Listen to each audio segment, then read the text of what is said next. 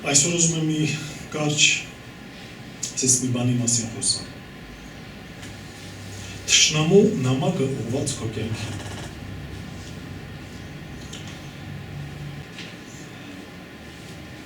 Ես կուզեի իհարկե սաղ մեծ մաս կարդայի գող, բայց իմ մոտ կրճատ ես հանել եմ, երևի այդ կրճատ տեղն էլ կարդամ հերիք կլինի, ժամանակ չկորցնեմ համար։ Եսայի մարգարեություն 37:14-16 խոսքը։ Եվ Եզեկիան առավ նամակներից նամականիքը դեսպանների ձեռքից եւ կարդաց նրան եւ վեր գնաց Տիրոջ տունը եւ Եզեկիան տարածեց նրան Տիրոջ առաջին եւ Եզեկիան աղաչեց Տիրոջ ասելով, որ զորած Տեր Իսրայելի Աստված, որ նստած ես քերովբենների վրա, դու ես միայն Աստվածը երկրի բոլոր թագավորությունների համար, դու ես ստեղծել երկինքը ու երկիրը։ 4 թագավորության 4 գլխից։ Ով էր Եզեկիան։ Եվ Իսրայելի թագավոր Էլայի որդի Հովսեի 3-րդ տարին թագավոր եղավ Հուդայի թագավոր Աքազի որդի Եզեկիան։ 25 տարեկան էր, երբ որ թագավոր եղավ, եւ 29 տարի թագավորեց Երուսաղեմում։ Եվ նրան մորանունն էր Աբի, դուստր Զաքարիայի։ Եվ նա ուղղություն արավ Տիրոջ առաջին, բոլոր աչքի առաջին բոլորովին, ինչպես որ արել էր իր հայր Դավիթը։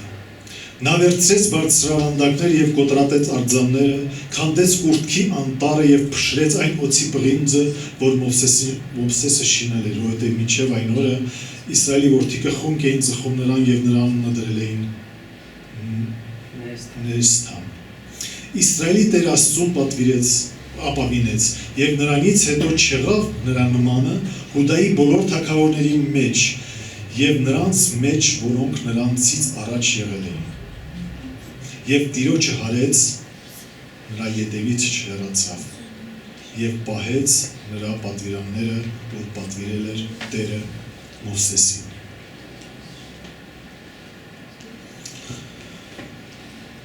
Այս երկու տեղը հիշենք, որտեղ սրան ժամանակ առ ժամանակ պետք է անդրադառնանք։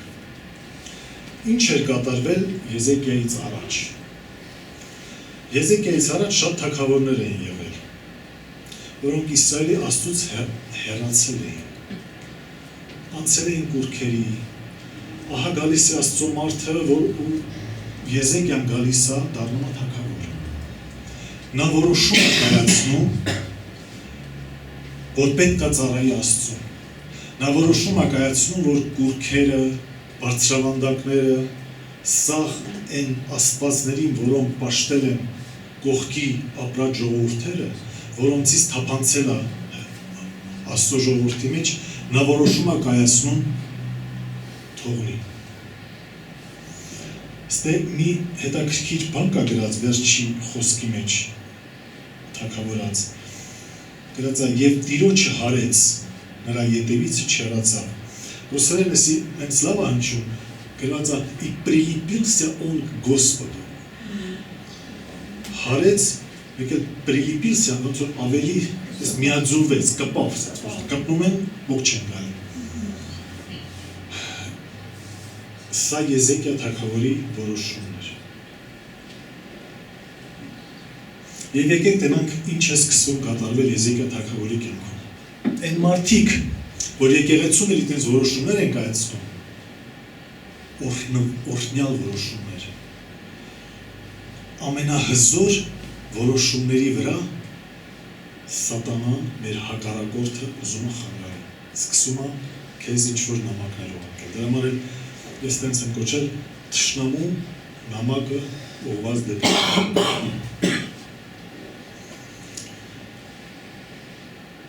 Այսքան բաներից հետո, երբ ուզում ես ամբողջովին փոխել կյանքդ, հոգևոր աշխարհում ինչ-որ բան է սկսվում կատարվել։ Թշնամին ակտիվանում է քո կյանքում։ Դու պետք է պատրաստ լինես։ Ես հիշում եմ երիտասարդ ժամանակ, երբ որ ես ջրի մկրտություն էի ընտրում, տենց խոսակցություն էր գնում, էլի։ Լավ աղբերն է ինձ ջրով մկրտել, իմ եկեղեցի մեր ավակ եղբայրներ ու քույրեր միշտ ասում են նայի դեր ջրումը կրտելը շատ զգուշ կլնես չի հասկանում ինչին են ասում հենց դու ջրումը կրտվեցիր քո վրա փորձությունա գալու քեզ բան են անելու ուզելու են քաշեն հանեն եւ այլն նո տենց ասում էին տենց հասկանում էին այդ որ տարիները արդեն անցնում են ապրում ես ու քո կյանքի մեջ մի քանի sense ընթացքներ ալնում վերելքի, կանգարի, վայրեջքի, վերելքի, կանգարի եւ այլն ու դու արդեն դրանք ավելի լավ ես տենում այն ժամանակ որ դու որոշում ես կայացնում ինչ որ հոգեվոր խոր որոշում ես կայացնում զգում ես որ իրոք դիվական աշխարհը բարձրանում է որ կանգնի քո դեմ դեռ նա չի սիրում որովհետև դու հակառակվում ես նրան որովհետև դու անում ես այն ինչ որ Աստված է պահանջում քեզանից նույնն է Եզեկիան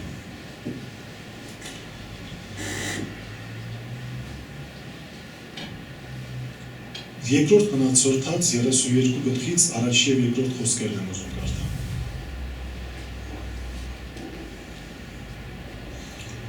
այս գործերից եւ հավատարմությունից հետո չնայած եթե Աստվածաշունչը բացեմ այդ 31 խոսքի 31 գլխի վերջի խոսքերից էլ կարելի է կարդալ երկրորդ մնացորդած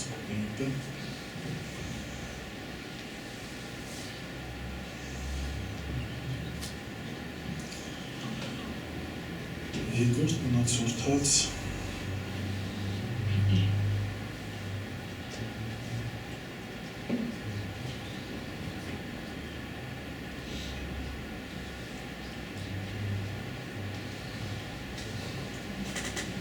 31 գլխից 31-ի վերջի խոսքերից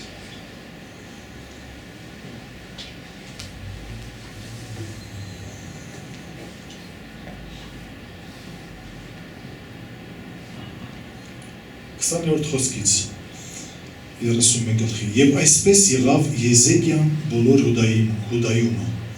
եւ իր Տեր Աստծո առաջին բարի եւ ուղիղ ճշմարիտ եղածն արավ եւ իր ամեն գործերումը որ սկսեց թե Աստծո տան ծառայության վերաբերմամբ եւ թե օրենքի ու պատվիրանքների նկատմամբ եւ Աստծուն խնդրելով իր բոլոր սրտումը արավ եւ հաջողվեց Այս գործերից եւ հավատարմությունից հետո եկավ Ասորստանի Սենիքերեմ թագավորը եւ մտավ Հուդայի երկիրը եւ բանակ տվավ պարսպավոր քաղաքների վրա եւ մտածում էր որ առնե նրանց եւ երբ որ Եզեկիան տեսավ Սենեքերիմը եկել է եւ դիտավորությամբ պատերազմել է Երուսաղեմի հետ այն ժամանակ խորհուրդ հարավեր իշխանների եւ զորավորների հետ որ փակե քաղաքի դրսումը բոլոր աղբյուրները ջրերը եւ այլն Ինչ կատարվեց, գրված այս գործերից հետո, երբ որ հավատարմություն արեց Եզեկիան, Ասորստանի Սենեքերեմ թագավորը դիտավորյալ եկավ, որ պատերազմի։ Սենեքերեմ բառը, որ գրաբարի բնականից թարգմանում ենք, բացատրությունը նշանակում է մեղքի մարդ։ Մեղքի մարդ ու ուզում եմ 4 ձև ասեմ Եզեկիային գցելու համար նա հնարեց 4 ձև հեսա կարդանք եւ ընդեղից 4 տեսակի բնույթներ այդ ռուսերեն եմ ուզում բառ ասեմ ոչ որ ասեմ կարամ եք օգնի թարգմանել ուրեմն Առաջին գործը, մենք Եսայի 36-րդ գլուխը որ կարդացինք, մենք չէ 37-ն է կարդացինք, Եսայի 36-րդ գլխից հատվածներ պետք է կարդանք։ Առաջի փորձը 36-ի 10, Եսայի 36-րդ գլուխ, 10-րդ խոսք։ Եվ հիմա արդյոք առանց Տիրոջ կամքի եմ եկել այս երկրի վրա, այն ավերելու համար։ Տերն է ինձ ասել, գնա այս երկրի վրա եւ ավերիր այն։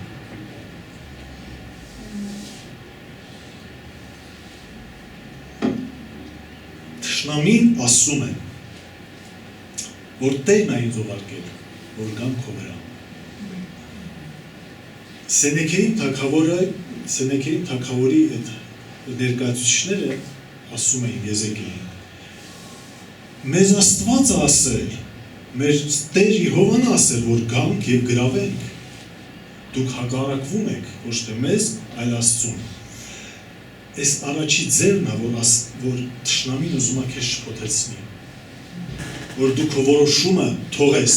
որ Աստծուն ծառայությունը դու թողես, որ այն ինչ որ որոշել ես այդ տարին ծառայես ավելի լավ Աստծուն թողես։ Ու դու մտածում ես, միգուցե դա քո մեղքերի համար է, Սենեքերիմը, հակառակորդը գալիս է քո վրա։ Նա շատ անգամ հիշեցնում է քեզ քո անցյալի մեղքերը, քո հիմիկված սխալները, քո վրիպումները ու ուզում է իշխանությունը վերցնի իր ձեռքը, քեզ գերի դարձնի։ Ես եղել եմ ժամանակ հանդիպել եմ մարդկանց, որոնք երկար տարիներ հաճախում են եկեղեցի, երկար տարիներ ապաշխարել են, ծառայում են ինչ-որ տեղ եկեղեցում, բայց ինչ-որ մի բան նրանց միշտ պահում է, ինչ-որ մի ներքին քար ունեն իրանց մեջ, որից չեն կարողանում ազատվել։ Ու երբ որ խոսում ես նես մարդկանց հետ, դուրս է գալի բանը նրանում է, որ ինչ-որ մի պոչ կա հին, որ ժամանակին ինքը արել է, սխալ է եղել եւ այլն, ու հակառակորդը բռնում է այդ պոչից ու ասում է, որ դա է պատճառը քո ամեն անհաջողության։ Քեզ գերի է վերցնում, հիշեցնելով քեզ քո արածը, քո սխալը եւ այլն եւ այլն։ Դա մի տեսակն է, դա առաջի ձևը։ Բայց մենք գիտենք, որ ինչ էլ լինի, մեզ Քրիստոս Հիսուսի արյունը մաքրել է ամբողջովին։ Ու ոչ միայն մաքրել, այլ ազատագրել է, մենք ազատ ենք ամեն ինչից։ Ու ոչ մի անգամ նա չի կարա, գիտեք, մի տեղ կա գրած, Միքեի մեջ է գրած 7-րդ գլխում, ես չեմ գրանցել, պրոստը համարն եմ գրել, 7-րդ գլխում 18-19 խոսքերը։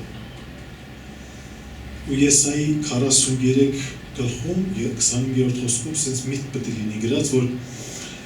Աստված երբ որ ներեց, ինքը գցեց Զախարիբեն, ոնց որ մեջքի հետևը, մեր մեղքը գցեց մեջքի հետևը, չի տենում ինքը։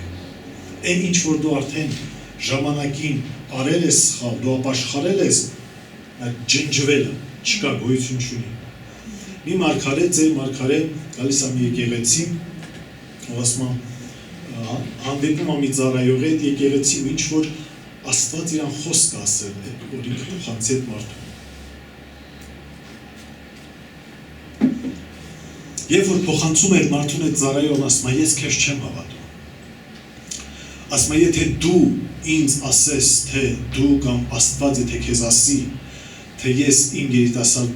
ժամանակ ինչ մեղքի մեջ եմ եղել, այն ժամանակ ես քեզ կհավատամ։ Քո խոսքին կհավատամ, որ Աստված ասում քեզ։ Այդ ձեր մարգարեն գնում է տուն, ասում է, ես քեզ տալիս եմ 3 օր ժամանակ, եթե դու ինձ ասես, ես կենթարկվեմ քեզ, կհավատամ, որ Աստված է խոսում, որ դու Աստծո մարգարեն ես։ Ու 3 օր աղոթում է, 3 օր աղոթում ասում է, Տեր Աստված, ես ինչ ասեմ, դու ասել ես, բայց ինքը չի հավատում։ Եթե ուզում ես դու ինձ ասա, այն ինչ որ ես պետք է ասեմ նրան, ասա այն մեղքը ինձ, ինչը ինքը ուզում է ինձանից լսի։ Աստված գիտեք ինչ է իրան պատասխանում, գնա ասա իրան, որ ես չեմ հիշում։ Ասում է ինչ։ Ասում է գնա ասա իրան, որ ես չեմ հիշում։ Ասում է լավ։ Երրորդ օրը գնում է այդ մարդու մոտ, ասում է, եւ ինչ ասեց քեզ Աստված։ Ինչ մեղքի մեջ եմ ես եղել երիտասարդ ժամանակ, ասում Աստված ինձ ասեց, որ ինքը չի հիշում։ Աստված չի հիշում, որովհետև Աստված ջնջել է։ Աստված չի հիշում, որովհետև Աստված փչացրել է մեղքը, այսինքն ոչնչացրել է մեղքը եւ գցել է իր հետևը։ Սատանան քեզ չի կարող խաբի այդ հարցում։ Երկրորդ բանը,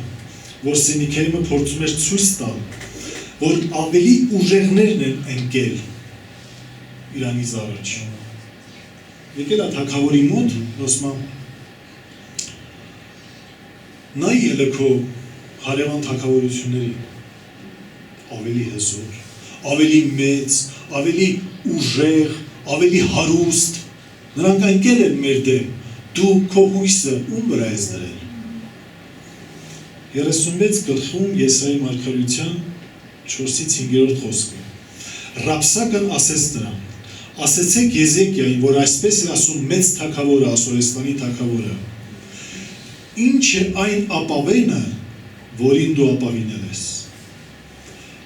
Ես ասում եմ, դրանք շուրթերի խոսքեր են, միայն ծրագիր և զորություն է պետք պատերազմի համար։ Հիմա ում ես ապավինել, որ իմ դեմ ապստամբել ես։ Ահա դու ապավինել ես այն ջարդված եղեգից սուպին Եգիպտոսին, որին եթե մի մարդ կրտնի, այն կմտնի նրա ձեռքը կծակի։ Ահա այսպիսին է Եգիպտոսի փարավոն թագավորը, բոլոր իրեն ապավինողների համար։ Բայց եթե ինձ ասես, մենք մեր Տեր Աստծուն ենք ապավինել, ապա միթե նա չէ, որ բարձր տեղերն ու զոհասեղանները Եզեկիան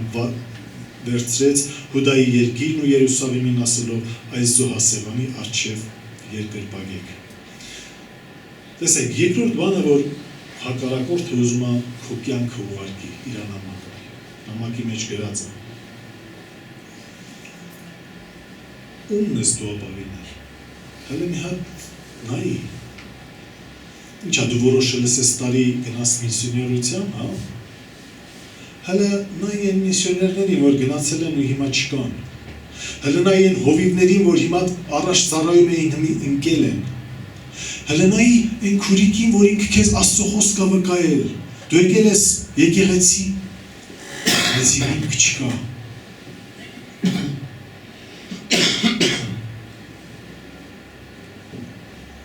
Ոչ մի անգամ չլսես նրանց խոսքերը։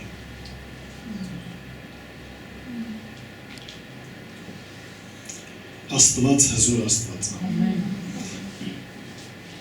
Ում է սովորացնում է, որ ասում է Եգիպտոսը մեծ երկիր էր, բայց ընկավ իմ առաջ, ասում է Սենեքերյանը։ Եվ սկսվում է հարձակումը դեպի քո կյանքը, ու դու սկսում ես մտածել, միգուցե պետք չէր այդպիսի արմատական ձևով որոշում կայացնել։ Միգուցե, ասում է պերեբարշիտ, չափերս ոնց որ անցա։ Քեզանից շատ ուժեղներն են ընկել, ուրիշ մեծ ծառայողներ, հովիվներ, ավետարանիչներ, ընկել են Սամսոններ, ընկել են Դավիթներ, ընկել են Պետրոսներ, դաժե, ինչ-որ մի հավատա։ Հակառակորդը, որ դու թույլ ես տալիս, հավատա Տիրոջը, որ քո կատարած ու քո կատարած որոշումը մի փոխիր։ Դրա մեջ հաղթանակ կա։ Ես եւ իմ ընտանիքը պիտի ծառայենք Տիրոջը։ Գիտեք, որ ես ասում եմ ձեզ, առաջին ինձ եմ ասում, որովհետև ես ժամանակ անցնում եմ այս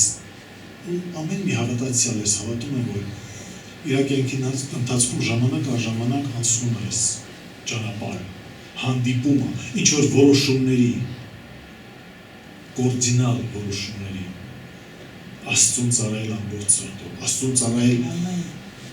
ամբողջ զորությունով ու ուժով, թողել այն ինչ որ խանգարում է։ Երրորդ բանը։ Գիտեք, շատ ժամանակ այն ուժեղները, ինչպիսին էին Դավիթը, Սամսոնը, ընկնում են։ Բայց կան թույլ մարդիկ, որոնք հաղթում են։ Գիտեք, հաղթությունը ինչու՞մ է, աննոն, որ աղոթում էր, զավակ չուներ, թույլն էր, փոքր էր, ուժեղ չէր, բայց նա հաղթող դուրս եկավ, որտեղ հավատաց Աստծուն։ Էլով կար թույլ մարդիկ, որոնք հավատացին Աստծուն։ Այսինքն Աստծո ուժը գործում է ոչ թե որ մենք ուժեղ ենք, այլ Աստծո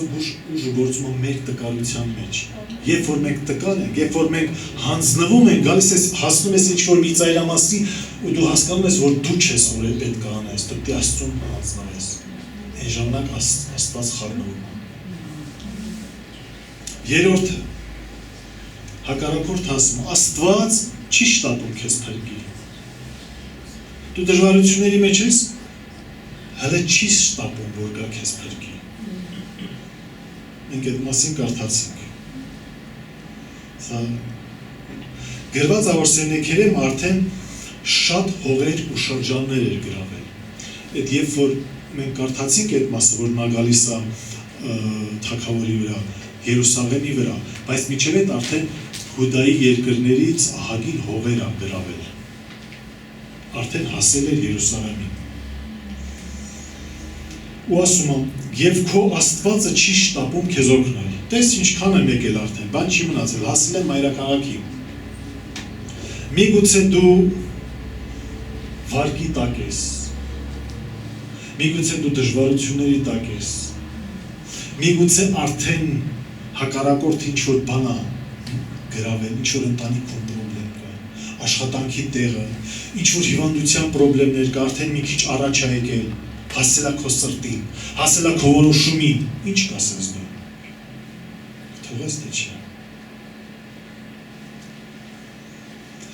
Միգուցե քեզ քո ծառայություն օրերը այն լավ քո ծառայության օրերին կանչում են աշխատանքի կիրակի օրերը խոսք են տալիս 3 անգամ լավ վարձատրեմ։ Իմ մեջ շատ աղել տտեք։ Թարսի նման հենց օրերի, երբ որ մենք ծառայություն տանենք։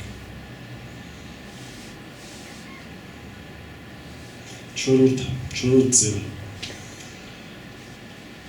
Սենիքիմը հրապուրում է, որ դու անցնես իր կողմը։ 36 գլխում 8-րդ խոսքում սես մի բան կա գրած,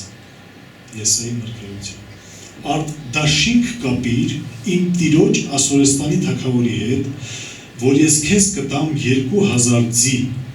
եթե դու կարողանաս դրանց վրա հեծյալներ դնես։ Նա հրապուրում է քեզ իր կողմը, ասում արի իմ հետ դաշինք կապենք։ Այստեղ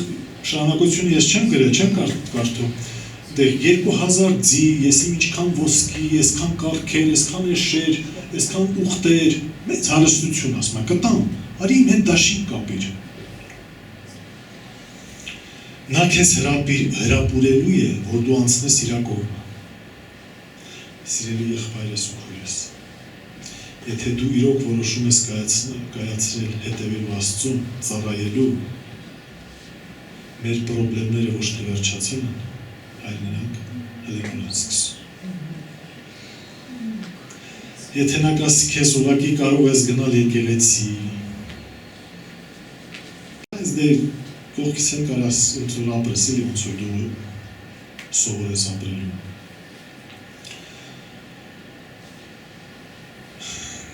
Թշնամու նամակը ուղղված քո կյանքի առաջինը։ Ես Աստծո հրամանով եմ եկել ու սա անում, ասում է քեզ սատանան։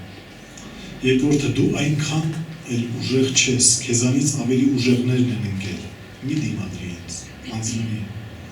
Երրորդ Աստված չի շտապում գալ քեզ օգնության։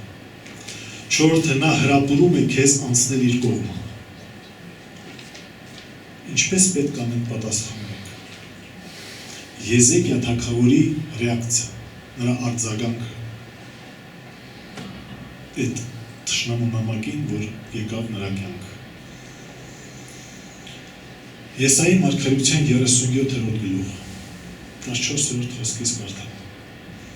Եզեկիան պատգամավորների ձեռքից վերցրեց գրությունը, կարդաց, ապա Եզեկիան բարձրացավ Տիրոջ տունը և այն փռեց Տիրոջ առաջ։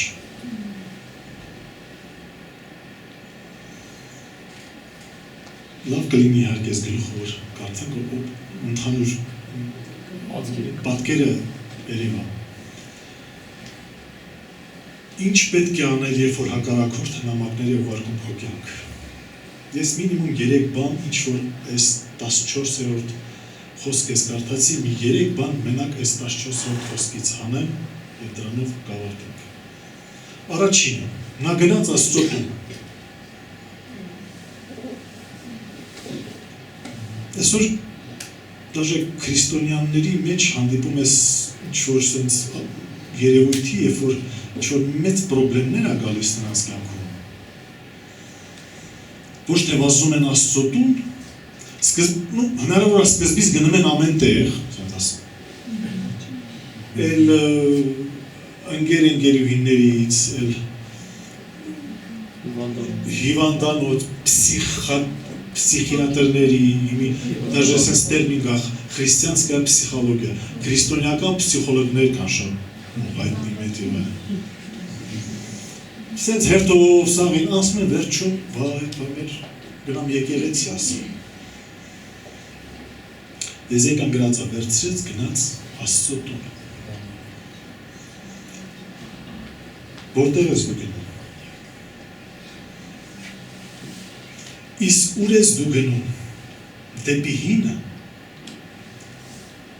հնարավոր է մեկը գնում է դեպի ինտերնետ, մեկը գնում է հին կյանքին, ալկոհոլ, ինչ-որ թմրանյութ, թե պսիխոլոգ արդեն ասցի, միգուցե գնում են ֆինանսական բանկերը, սենց ասեմ, փող վերցնելու, պրոբլեմի մեջ կրեդիտներ և այլն։ Երկրորդը, նա բացեց, փրեց նամակը Աստծո երեսի առաջ։ Նա բացեց, փրեց նամակը Աստծո երեսի առաջ։ Սկզբից դու գնում ես Աստծո տուն, ասում ես Աստվածին, ես որոշում եմ կայացրել այսպես ծառայեմ քեզ։ Ես գրվել եմ փառաբանության խմբի մեջ, ես գրվել եմ աղոթքախմբի մեջ, ես գրվել եմ տնային հավաքույթներում ծառայող լինելու խմբի մեջ, ուզում եմ սովորել ծառայել քեզ։ Մեկ ասում է, ես գրվել եմ միսիոնարական խմբի մեջ և այլն։ Ես այս որոշումը կայացրել եմ։ Տես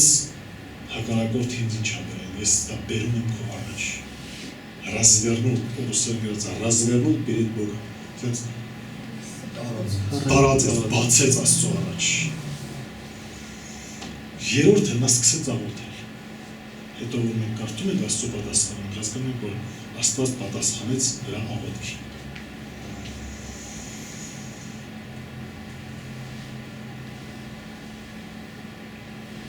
Եսայի 37-րդ գլուխ, ինչ լավ է, որ 36 գլխով չի վերջանում Եսայի մարգարեությունը։ 37-րդ գլուխ, 33 խոսքից կարդամ, 2 խոսք։ Դրա համար այսպես է ասում Տերը, Ասորեստանի թագավորի մասին, նա չի մտնի այս քաղաքը, այստեղ նետ չի արձակվի, նրա առաջ դուրս չի գա վահանով և նրա դեմ տակավին չի կանգնեցնի, իր եկած ճանապարհովը նա ետ կդառնա և չի մտնի այս քաղաքը, ասում է Տերը, ես կպաշտպանեմ այս քաղաքը, որ ազատեմ այն ինձ համար և իմ ծառա Դավիթի համար։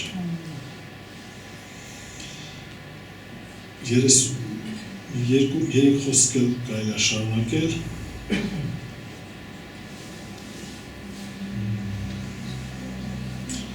Եվ Տիրոջ հրեշտակը դուրս եկավ և զարկեց Ասորեստանի բանակում 185,000 և երբ որ առավոտը վեր կացան և ահա բոլորը մեռած դիակների և Ասորեստանի Սենիքերիմ թագավորը չուզեց գնաց դարձյալ և նստեց Նինվեում և երբ որ նա երկրպագում էր իր Աստծուն Նեսրոքի տանը նրա որդիք Ադրամմելեքը և Սարասարը սպանեցին նրան սրով և իրենք փախան Արարատի երկիրը և նրա որդի Ասարդանը թագավոր եղավ նրա տեղ։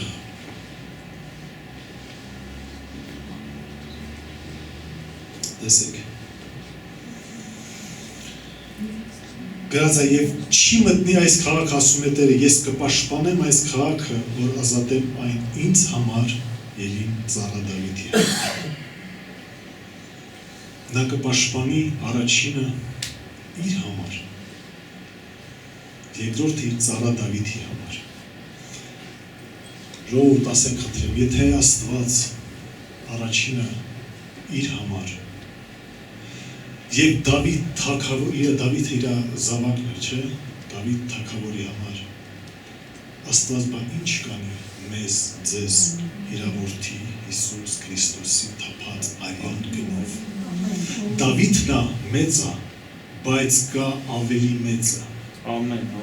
Բայց կա ավելի հզոր, ավելի կատարյալը։ Եվ այն նամակները, որ գալիս են քո կյանքը, Աստված պատասխանում է առաջինը իր համար, իր անբան համար, երկրորդ իր որդու Հիսուս Քրիստոսի զոհի համար, որտեղ նա այնքան սիրեց մեզ, ձեզ, որ տվեց։